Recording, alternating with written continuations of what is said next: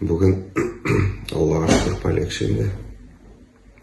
Бик көп шолтыратулар, конечно.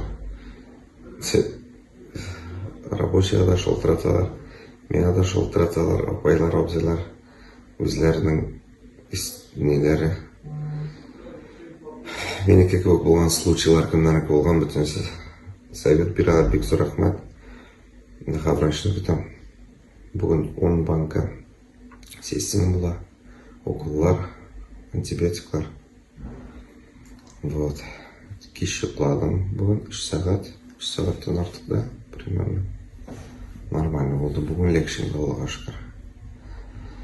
Қазір нәрсейтер бар, шот күтеміз. Баразға бик зор рахмет. Жылы сөздеріңізге олай бірсем тіріліп шығырбыз. Потому что... Ку-ку.